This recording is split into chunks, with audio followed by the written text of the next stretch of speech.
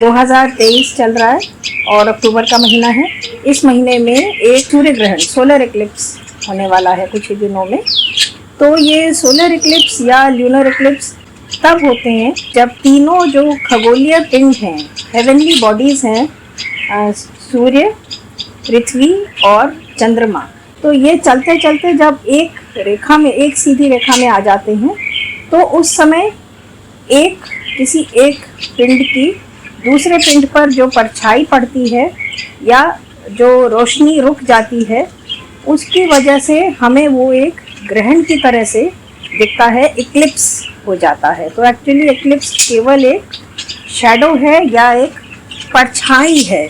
जब सूर्य, पृथ्वी और चंद्रमा एक पंक्ति में आ जाते हैं, यात्रा करते करते कभी कभी ये पोजीशन बन जाता है, उसको सीजीजी कहते हैं। जिस समय की कोई जो खगोलीय पिंड है वो दूसरे के बीच में आ जाता है और उसकी परछाई हमें दिखाई देती है या वो ब्लॉक कर देता है, वो रोक देता है दूसरे पिंड को देखने से, तो वो एक इक्लिप्स जैसा हमें नज़र आता है। इस समय और कोई भी परिवर्तन नहीं होता।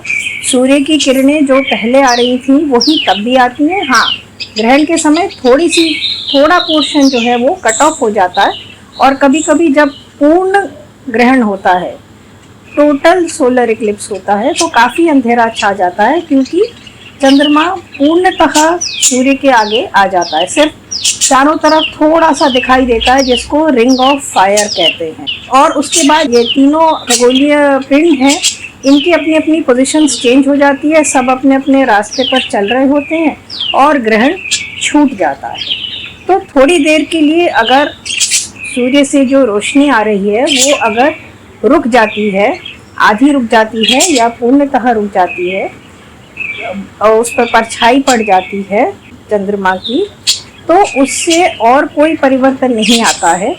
ये तो तब भी होता है जब बादल सामने आ जाते हैं या रात के समय जबकि पृथ्वी घूम जाती है और सूर्य बिल्कुल ही दूसरी तरफ हो जाता है, तो हमारे पास बिल्कुल भी सूर्य की रोशनी नहीं आती है।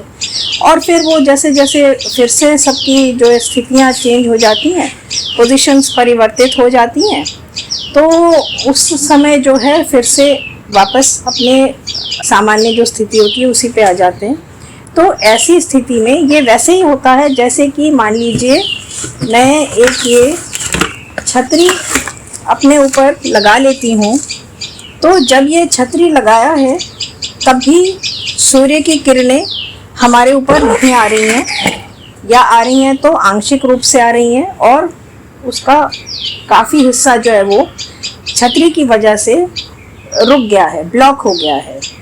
तो ऐसे टाइम में सूर्य से जो बाकी की रोशनी आ रही है वो तो आ ही रही है, या अगर बिल्कुल ही पूर्ण ग्रहण है तो बिल्कुल भी रोशनी नहीं आएगी, लेकिन इससे और कोई परिवर्तन नहीं आता है।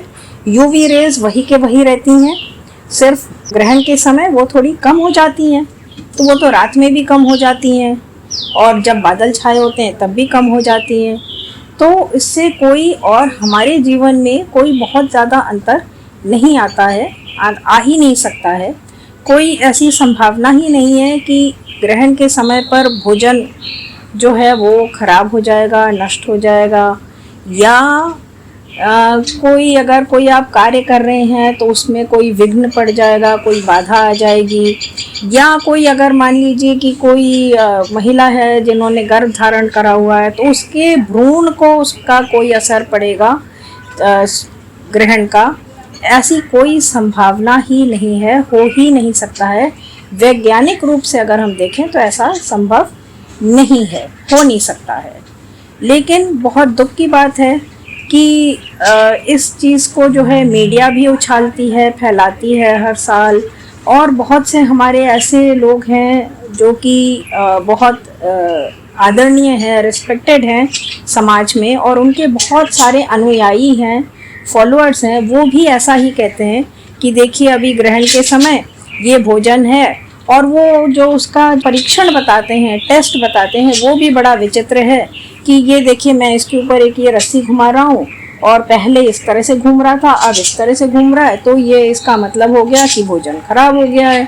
लेकिन ये ऐसा हो नहीं सकता है, और ना ये कोई भोजन की जो अच्छाई है या उसमें कोई खराबी आ गई है, इसका ये कोई वैज्ञानिक परीक्षण भी नहीं है, इससे कोई प्रमाण नहीं होता है और ऐसी संभावना है ही नहीं। तो जो हमारी मान्यताएं हैं, मनुष्य की मान्यताएं, किसी एक संस्कृति में ये मान्यताएं हैं कि ऐसा कुछ हो सकता है ग्रहण के समय और हमें ये करना चाहिए और ऐसा कुछ नहीं करना चाहिए, ये एक तरह से एक विश्वास चला आ रहा है बहुत सालों से। लेकिन बहुत सारे ऐसे भी कल्चर्स हैं, संस्कृतियां हैं जहाँ पर ऐसी कोई मान्यता नहीं है, और इस तरह का कहीं पे भी ये नहीं देखा गया है कि भोजन खराब हो जाता है, या और भी जो मान्यताएं हैं, या भ्रूण जो है, गर्भवती माँ है तो उसके भ्रूण को कोई नुकसान हो जाता है अगर वो ग्रहण के समय बाहर जाती है।